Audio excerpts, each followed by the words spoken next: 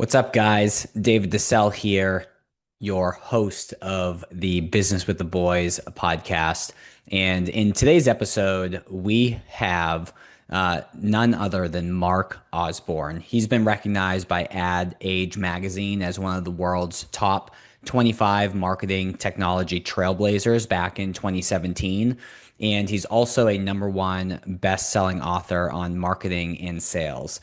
He brings decades of experience creating full funnel go to market strategies and revenue growth systems for companies. He has adapted these systems specifically for companies preparing for an exit, and his white paper called Maximize the Multiple shows the 13 marketing and sales levers that drive enterprise value and EBITDA, ensuring the maximum sale price at exit for owners. He also has an MBA from the Marshall School of Business at the University of Southern California. And when he's not delivering revenue growth, he enjoys sport fishing in Cabo San Lucas, Mexico, or mixing up cocktails at the Tiki Bar in his basement in LA. But with that said, let's dive into the episode. Whoa. Who knew I would make it this far? They hated, they never believe me. Yeah, I would never drop the ball. I know I make it look easy.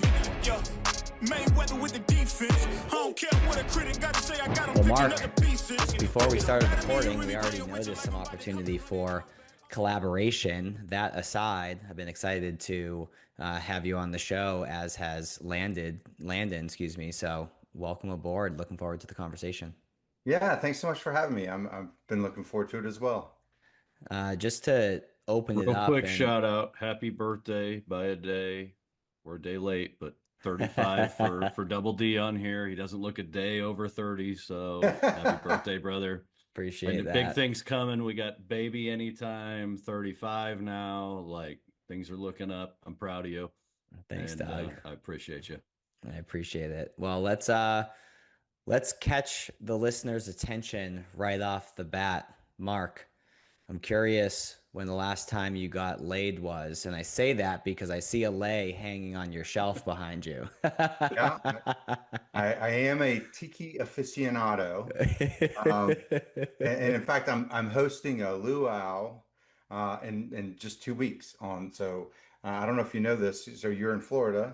Jimmy Buffett actually passed on Labor Day weekend a few years back, and so since then I've wanted to do like a Labor Day weekend Jimmy Buffett kind of tribute luau party, and so this year we're doing that.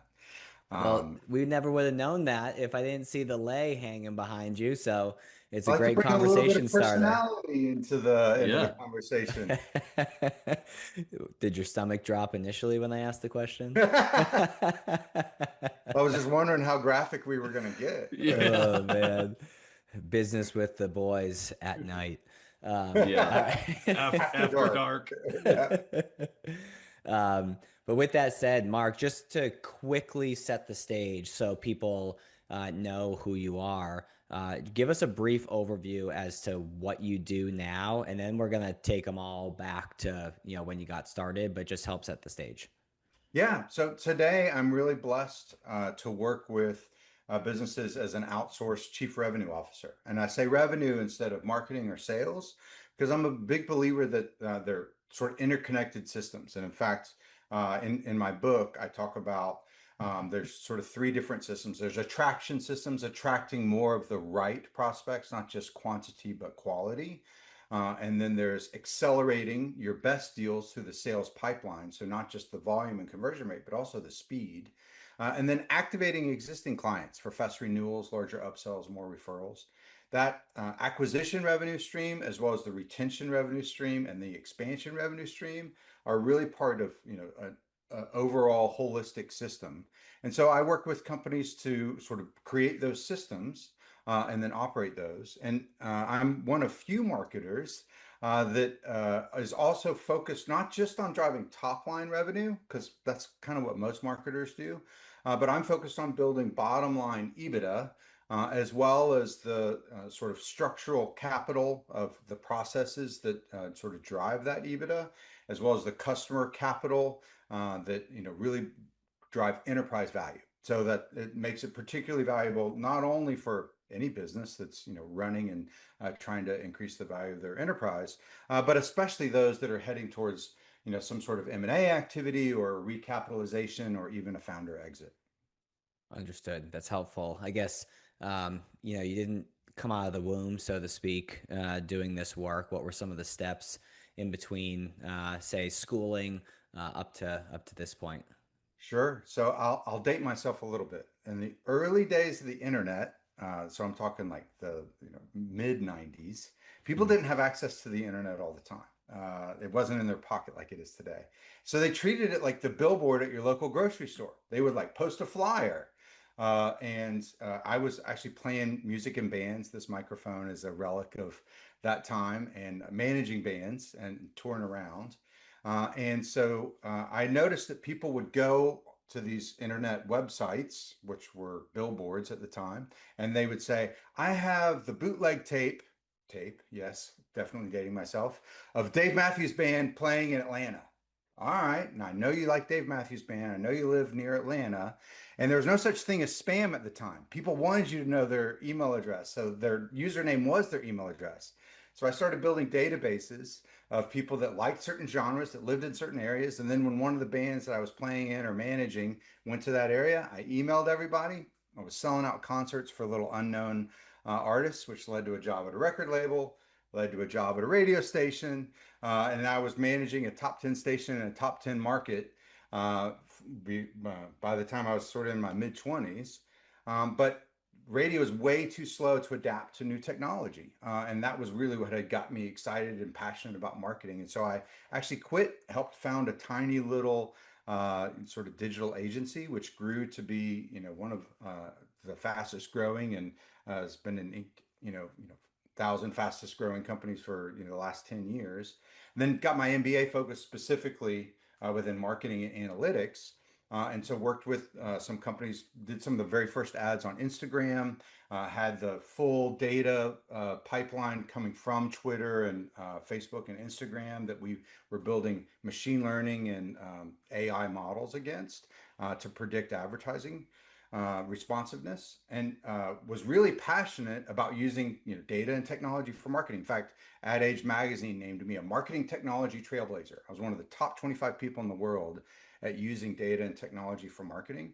But what I have seen over the last sort of 10 years is the proliferation of marketing technology and ad tech and RevOps and data and all these different sources has made it so that you can't be successful just by being the first mover to use a new technology. You actually need strategy based in foundation, and then processes that you can then layer in data and technology. But there's a whole generation of marketers that all they've done is just be the first mover. They were the first ones to optimize their website for search engines.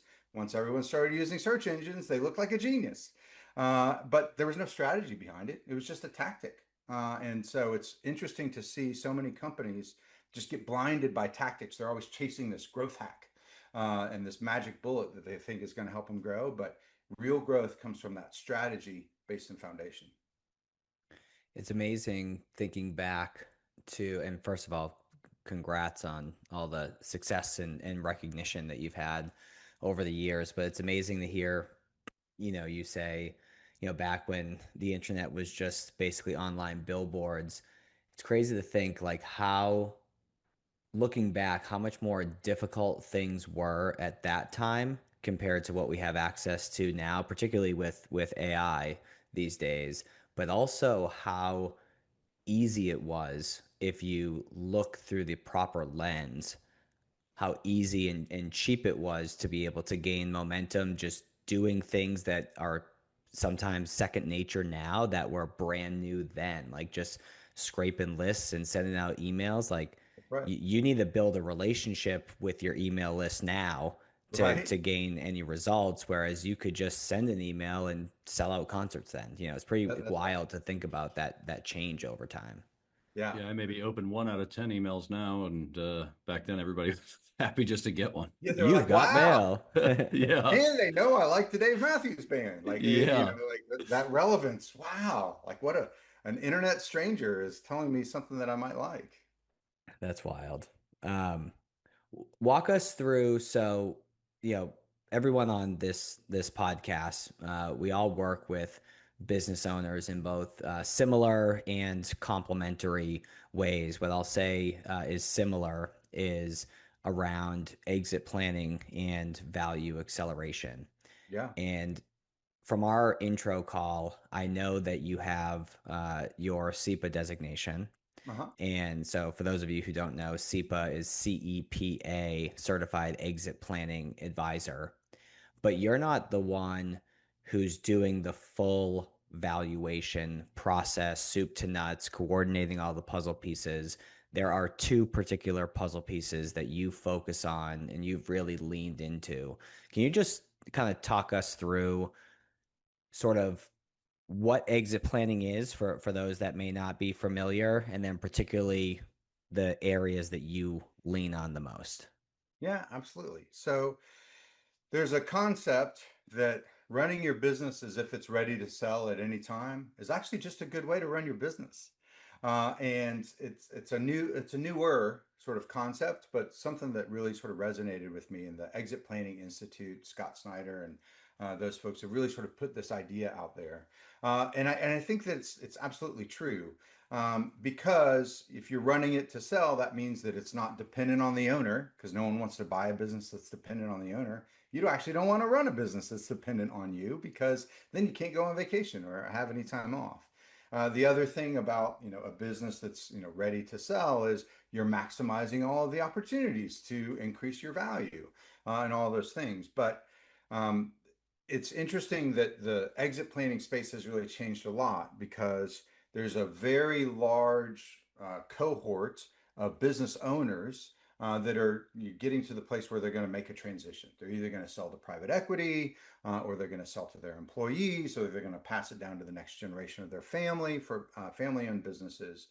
And as a result of this, sort of large cohort of people, there's a whole, sort of industry of advisors that has emerged to help them, because there's some really startling statistics around exit planning. The first is that for the average, entrepreneur in America, business owner, 70% or more of their wealth is tied into that business, because over their career, they haven't been putting money in a 401k that's been sponsored by, a large corporation. Instead, they've said, why would I pay a 401k manager to manage my money? I'm going to manage my money by investing it into my business.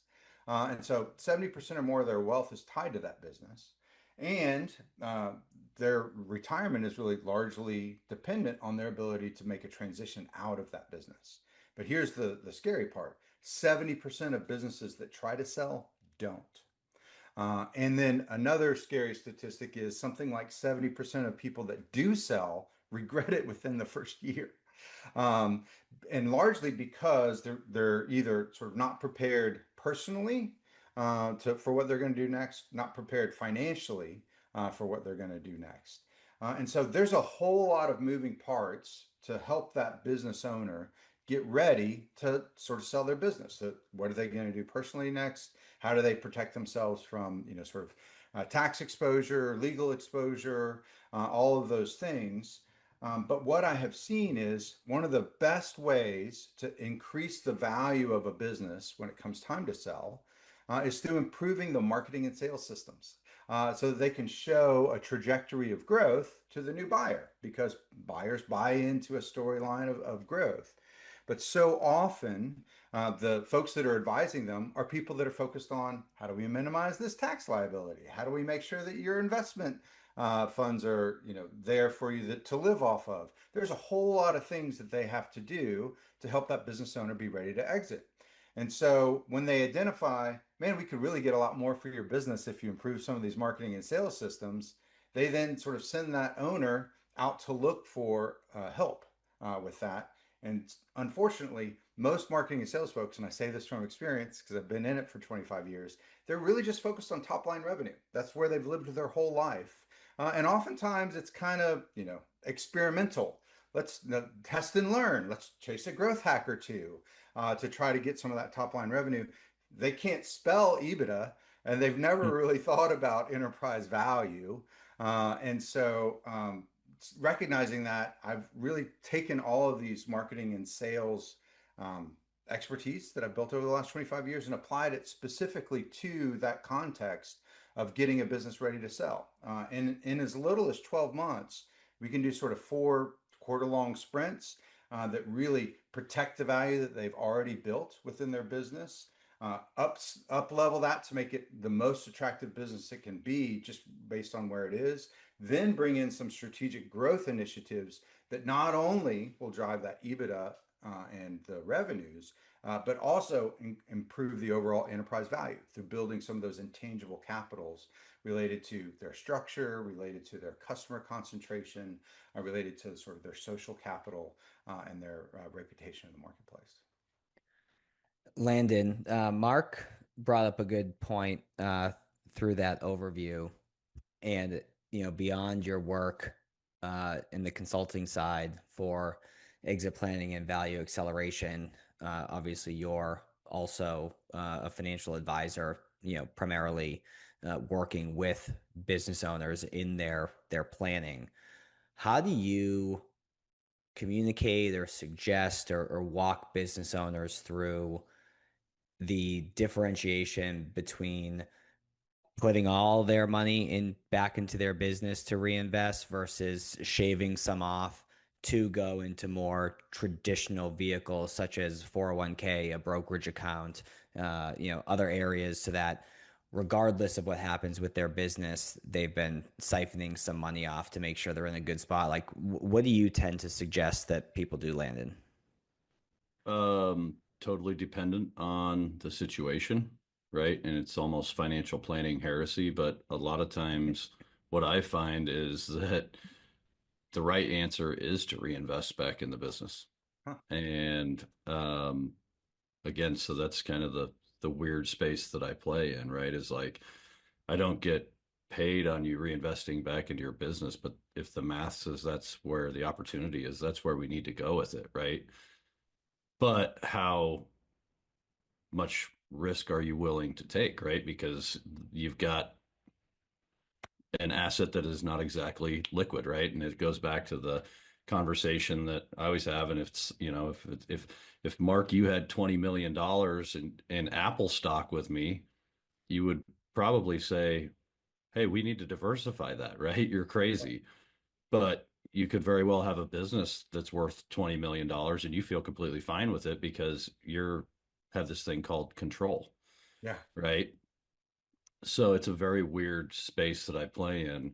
Um, but again, it depends on kind of the owner's readiness of what time they want to exit, what the state of the business is, and is there excess cash flows to be pulled out? I mean, sometimes it's like, they're not taking much of an income. Everybody thinks businesses are making all this money. Well, a lot of them aren't. um, their balance sheet looks good from that standpoint, but the liquidity is next to none. So, it's just kind of getting them over the hump. And for a lot of entrepreneurs, the stock market or the publicly traded market is a scary place, right? And then it's trying to bring them forward to the reality of saying, look, I know your $20 million business, Mark, in this case, it feels very safe and secure to you, but the reality is that's a very, very micro cap stock if we're looking at it in Yeah. reality. Apple, I would argue, is one of the best ran and best, innovative companies in the world historically.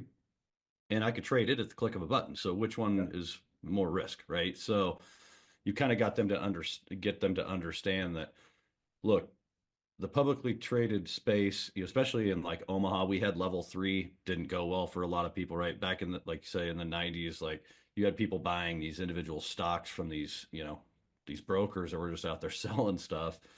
And maybe they got their teeth kicked in then and they're like, look, the market is just a bad place. Yeah. But if you can basically give them a paradigm shift and make them realize that, look, the dollars that we're going to be in the market, they shouldn't perform as high as your business does, because otherwise you'd sell your business, put it all in the market. Right. You've got to get them to understand it's just something that runs in the background, and it's diversified entrepreneurship, much like you do with your business, Mark, much like I do with mine. And these are the best ran businesses in the most entrepreneurial country in the world, if we're using an S&P, and it's just going to run in the background. And over time, it's going to average that 8 to 10% return. And that's great. It's just one sector of your balance sheet. Yeah. And so then once they get to kind of understanding that, it's okay, well, what do we need, to be independent outside the business? And then we can put some target metrics in place to start doing that. And how do we do it tax efficiently and still provide liquidity and all of that? That's a long-winded answer, but that's the dance I dance. Yeah, it's difficult, to figure that out, and it's through conversations, through math as well. And frankly, I mean, it's like, all right, cool. Plug someone like Mark in, so they're bringing in more money, so they can do both, Well, you, right? you also have to realize that most entrepreneurs historically, I mean, statistically, grew up either poor to middle class. Yeah.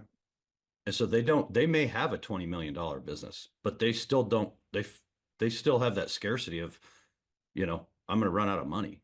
And it's wild. Like I've got clients I know that have well north of the 20 million and they still are like, hey, it might be time to look at putting some stuff in an irrevocable trust for estate planning. And it's like, well, I lose control of it then. Whoa, like I don't know if I want to do that, right? Like it's like, are you really going to spend $40 million? Like, but Right. it's a tough mindset and paradigm shift. You got to get them through. For sure.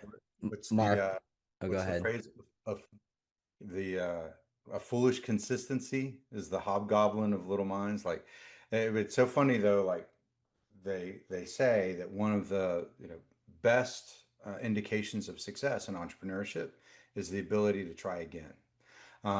And but I also think the same thing is true about one of the best indicators of success with investment of any kind is the ability to sort of learn from mistakes and try again. And you were talking, Landon, about folks that they got their teeth kicked in and in this crash, Enron or crash, whatever. or Yep. yeah, or whatever it might be, and then they just sort of decided that's not for me. And I tell people all the time when they're like, I I bet you tried. have that happen in advertising too, don't you? That's right. Yeah. Hey, I Well, did it for 3 months. I didn't get any results. So and unfortunately, in my business, there's a lot of snake oil salesmen that are out there there convincing are people. still in mine too, Mark. Yeah, I believe that. I believe that. But and I, tell the joke like I used to think girls were yucky too, but I grew and I You came evolved around. and came around to it. And so, but it's really interesting to hear you say that, Landon. But you were about to ask something, David. Sorry, I stepped on you. No, you're good. So, I want to try to get to some of the tactics. I know you were leaning into a little bit, or leaning a little bit more, talking about the importance of strategy, which I agree with. Sure. Um, but I'm curious to know, like, more specifically, what sort of industries do you work in, Yeah. mainly? I'm sure that your skill set allows you to work with multiple industries, but which ones do you find yourself in most often? And then, like, specifically, what are you helping them with on the sales and marketing side of things? Yeah, for sure.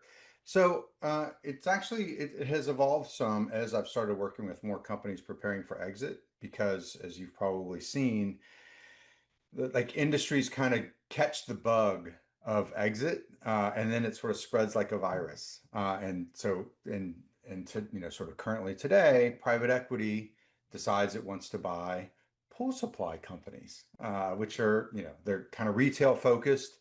And so they'll look for and they'll find, sort of the best run regional chains of pool supply companies, and they'll buy them and they'll conglomerate them into a nationwide brand. But then the pool supply company owners around the country start hearing of this, and they all decide, well, it's time for me to sell out, whether it's private equity or to the next generation or whatever it might be. And so as a result, I've started doing more retail marketing because a lot of those businesses, sort of they got to a certain level, which supported their lifestyle. Maybe that was at 20 million, maybe it was at 2 million, and they kind of didn't evolve since then. And so just kind of bringing them up to the modern millennia is a whole lot of value for them, and that's sort of that same play over and over. But a lot of my background and expertise is really within sort of a B2B landscape where people are chasing large contracts And large contracts means lots of people on the buying committee, and lots of people means long sort of timetables. And so there's that context of, sort of selling things in that B2B environment has specific challenges to it that I've built a number of sort of plays against. A lot of them sort of fall under what today would be called, account-based marketing. But back when I was, sort of learning it, it was just called good integration between marketing and sales, which is fundamentally really understanding who that buyer is, what they care about, not just their descriptors, but the context in which they operate, and then what their journey looks like as they become aware this is a problem that they could solve, as they decide to prioritize solving it, as they evaluate different ways to solve it, as they evaluate different providers of that way that they've chosen to solve it, and then as they negotiate and then choose whether or not to renew or find new providers. That context is where I've spent a whole lot of time in my career, and actually something I'm really passionate about. Because it integrates both the strategy and the tactics. Because by taking the strategic approach to understand that person, that context, that persona, and their journey that they go through, and from becoming problem aware to solution aware, and then ultimately choosing to advocate or work with a different provider, that reveals a lot of strategic opportunities to impact them, which then guides the tactics that you use to execute against. And by taking the time to do that strategic analysis, you find things beyond, well, buy ads like everyone else. You find things like, well, it turns out they're all fans of this particular, golf charity event. Who would have known that that's where my customers are? But that is where they are, so I can sponsor that. That none of my competitors have thought about because they haven't taken the time to really understand the customer in that way.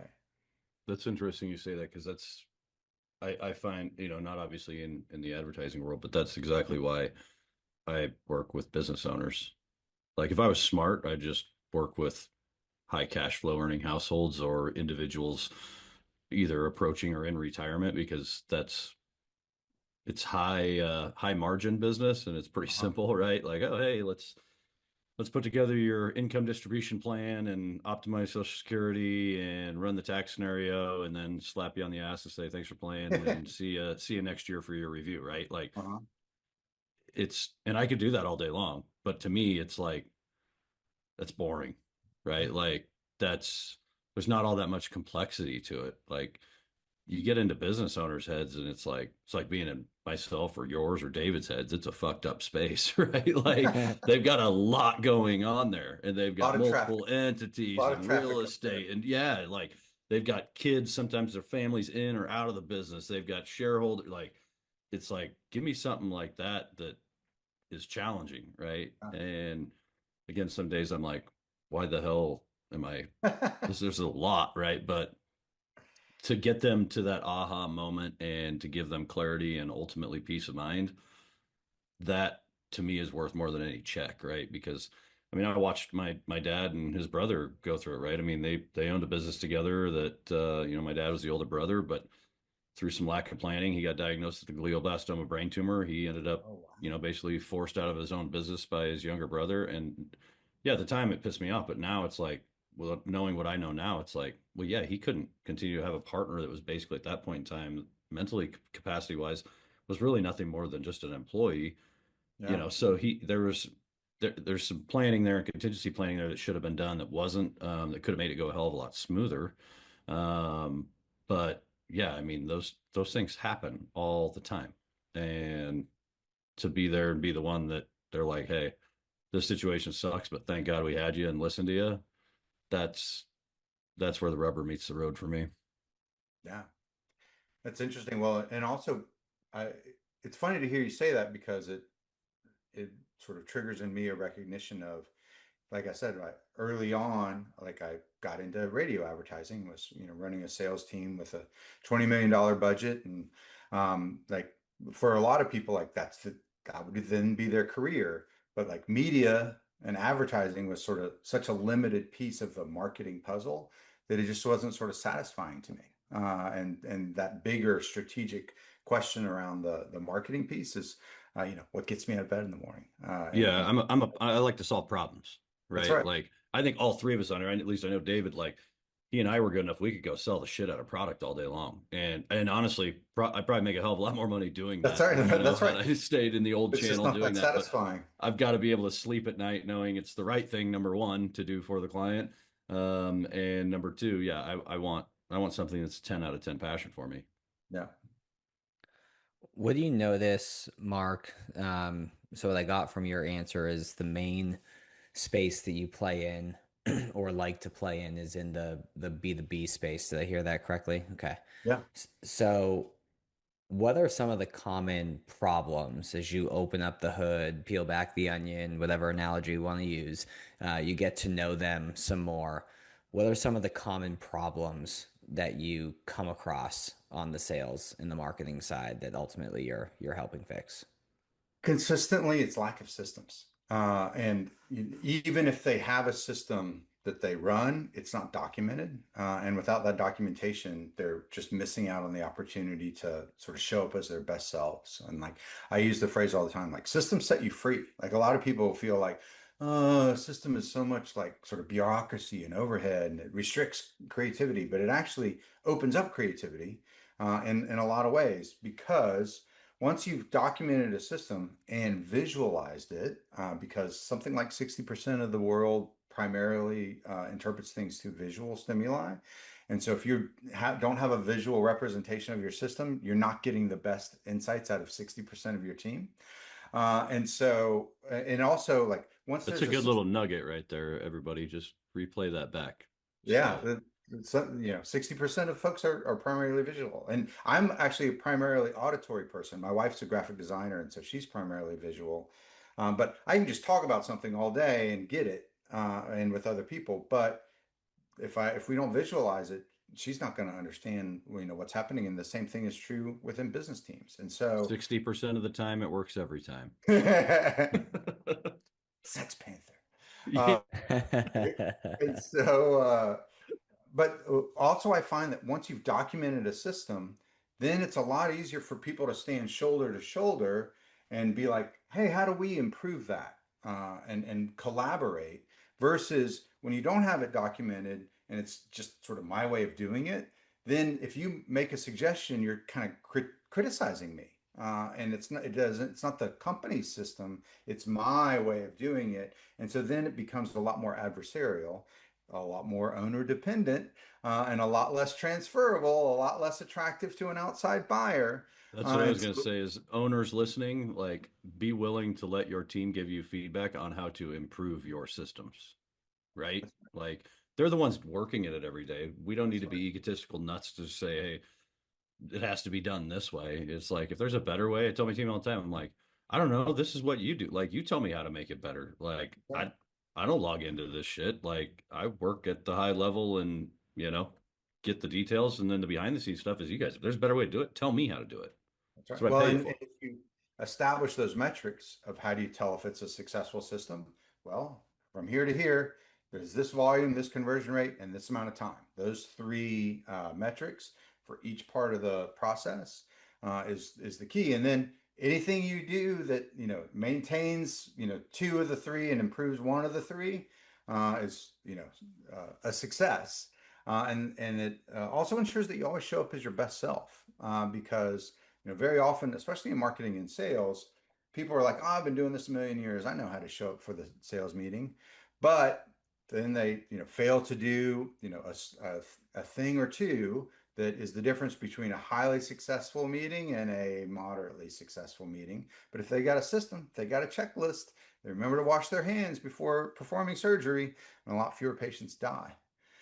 So that's the biggest thing I see is just that documentation of systems. And then the second biggest thing, I'm going to come back to strategy a little bit, is they fail to think about their differentiation, and they all the time talk about like the benefits of the category. And so like they'll describe, you should really hire us because we do A, B, and C, which is what every other company in their category does. Says they do. Um, Yep.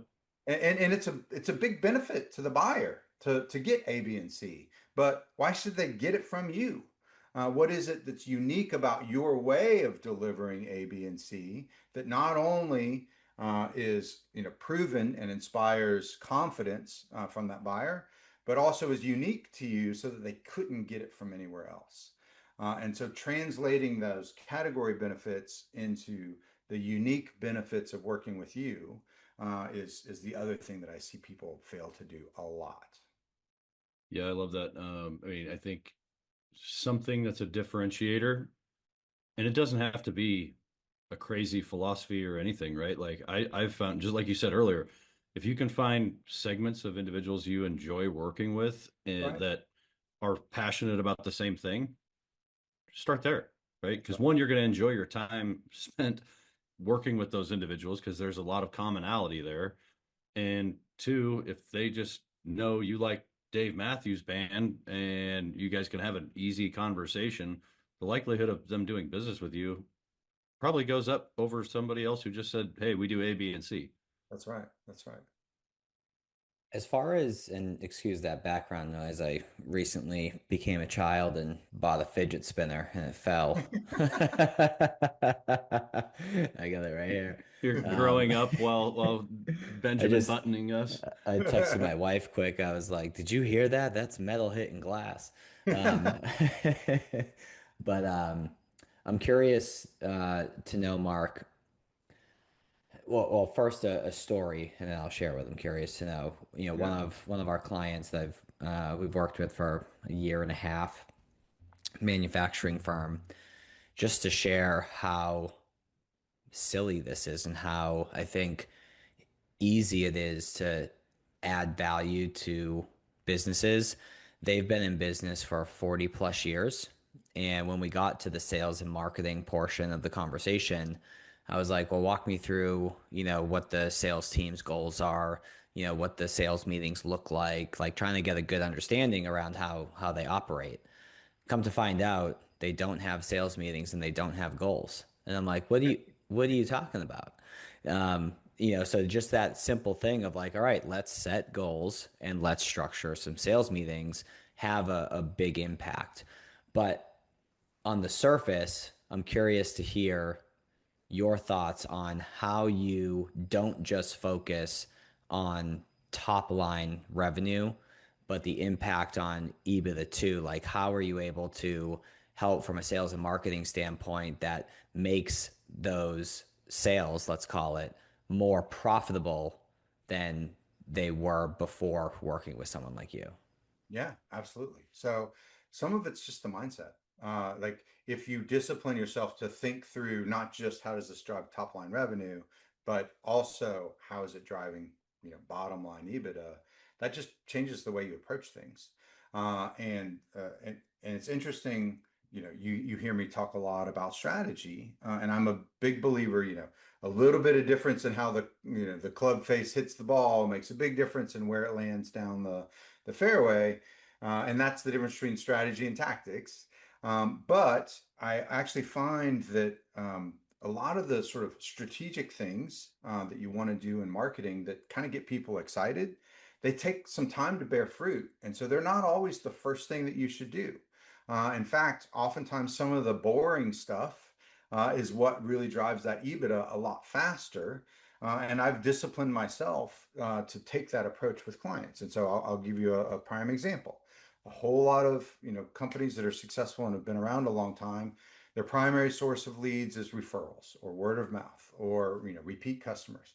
Yet they have no structured referral program or program for gaining those referrals. And so it's just luck that it happens that way. By documenting their process, by identifying when are our clients at that peak of joy in their engagement with us, when's the right time to ask for a referral, when's the right time to ask for that renewal, when's the right time to ask for that expansion. Just building those systems and structures within the business makes a huge difference to their bottom line without significant investment. It's really just sort of like taking some best practices and layering them into their business because the sort of proven psychology around how to do this and sort of easy to do. The other thing that, we find too is, bringing in and sort of reconciling the tech stack that they're using is oftentimes one of the big ways to drive EBITDA because especially today, there's so many SaaS tools. We talked about this earlier that, I used to be really passionate about, being first mover and knowing all these tech tools, but now it's largely a distraction for folks. I see people, they've got 20 subscriptions of which they use 10 and they only use half the capabilities of those 10 and they're paying thousands of dollars a month for all these different things. So we come in, define a process, then what tech enables that process to run better, faster, smarter, more efficient, 24 hours a day, all those things. And then, the by reconciling that, big impact on the bottom line. Cut all of those subscriptions that they're not using, and then maybe trade out the 10 that they're half using for two that do the 80% of it that they are getting from it.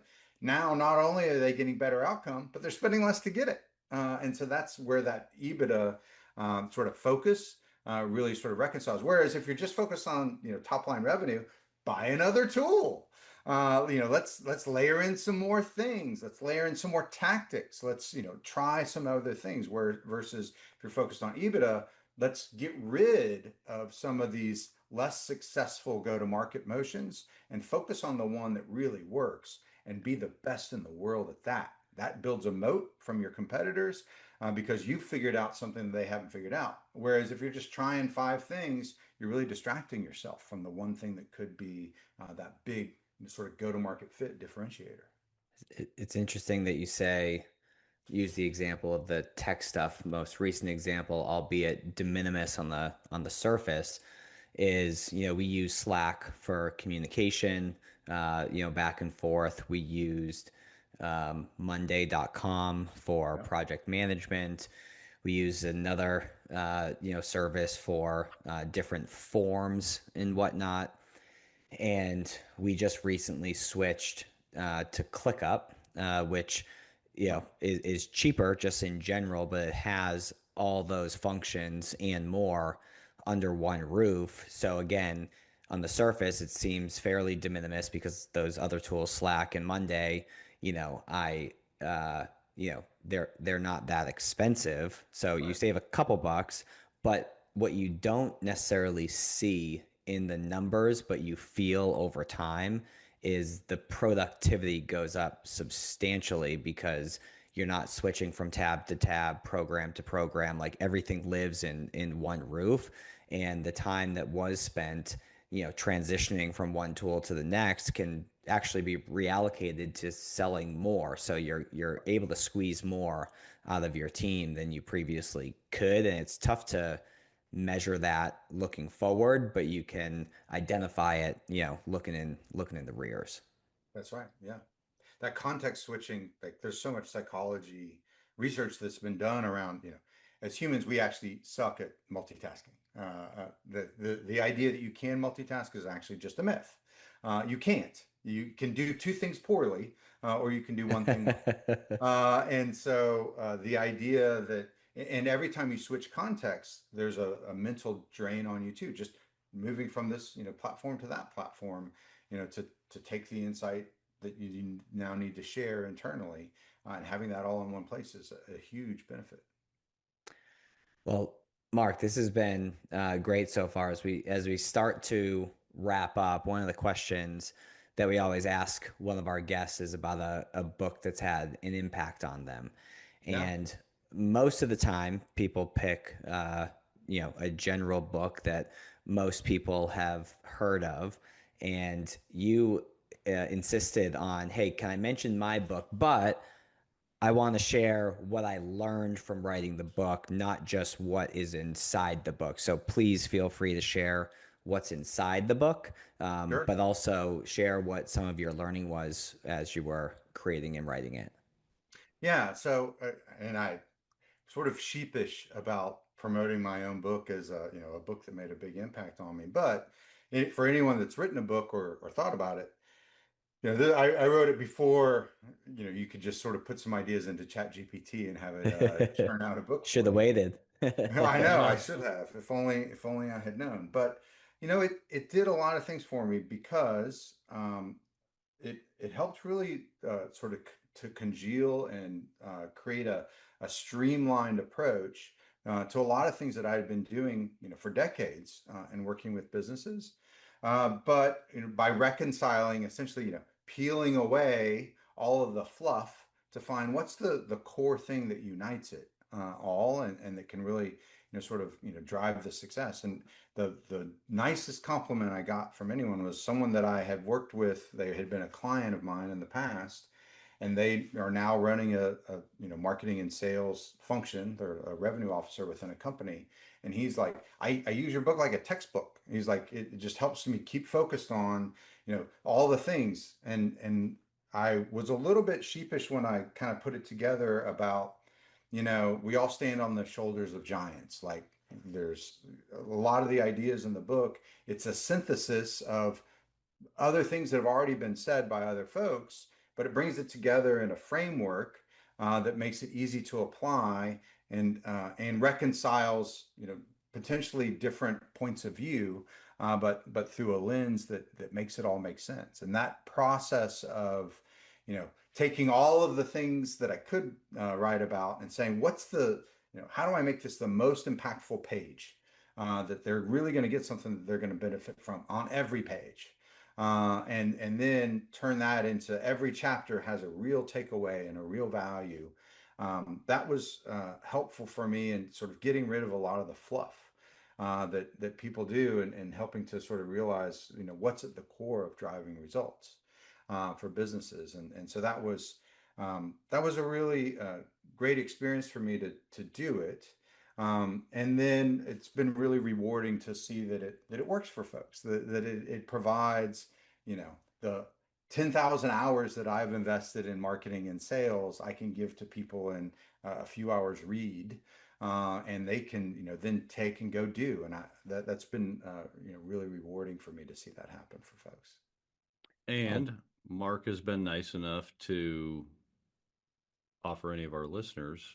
That's right. So a free copy. So the title of the book is "Are Your Leads Killing Your Business?" I was gonna And say you gave a great overview, but you didn't Yep, say the damn name, Mark. there it is. so, because I find, and I bet your audience has this sensation too, so many business owners are like, I just need more. I need more volume, more leads, more leads, more leads, more leads.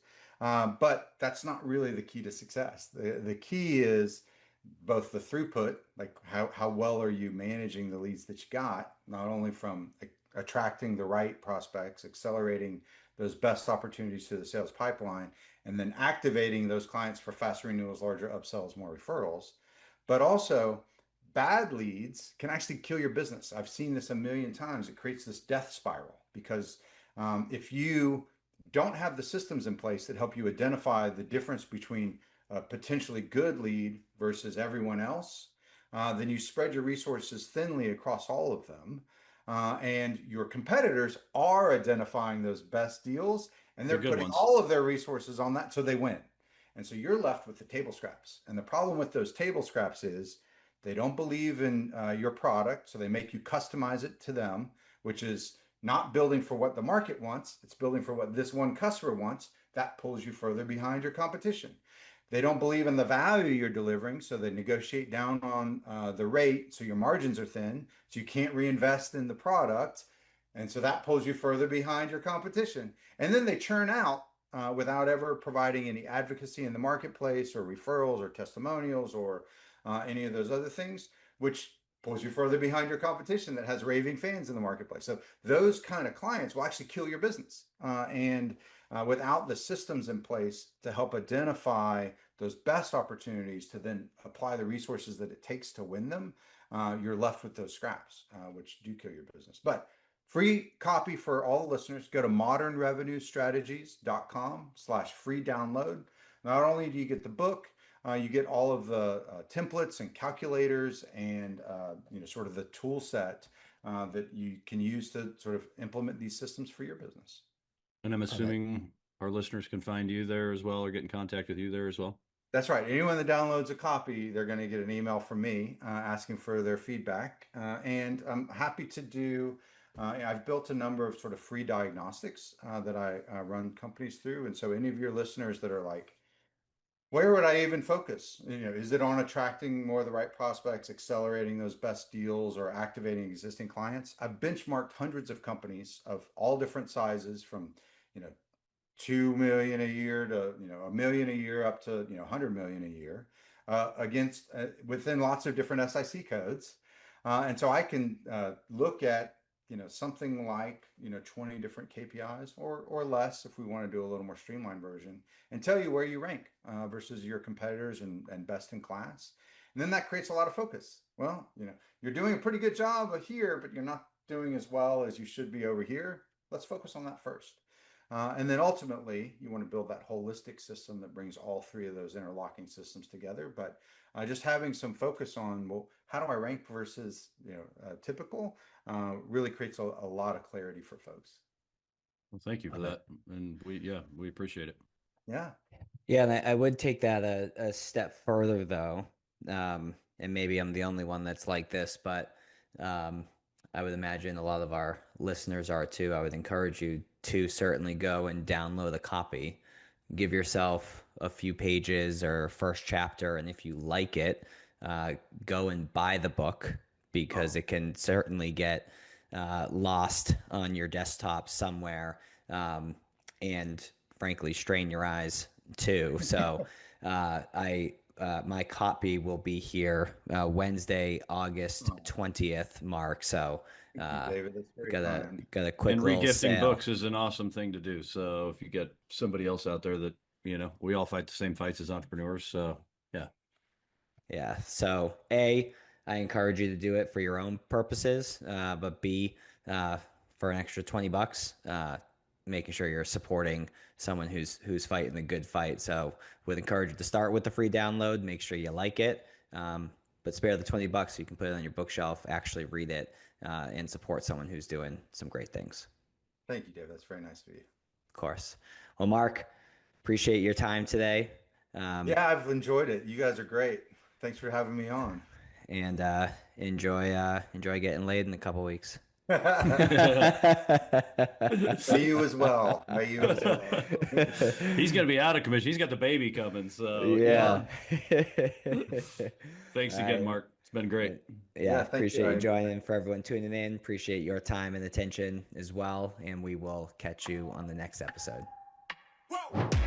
Who knew I would make it this far? They hated, they never believe me. Yeah, I would never drop the ball. I know I make it look easy. Yeah, Mayweather with the defense. I don't care what a critic got to say. I got them picking up the pieces. That to me, you really playing with your life. I'm about to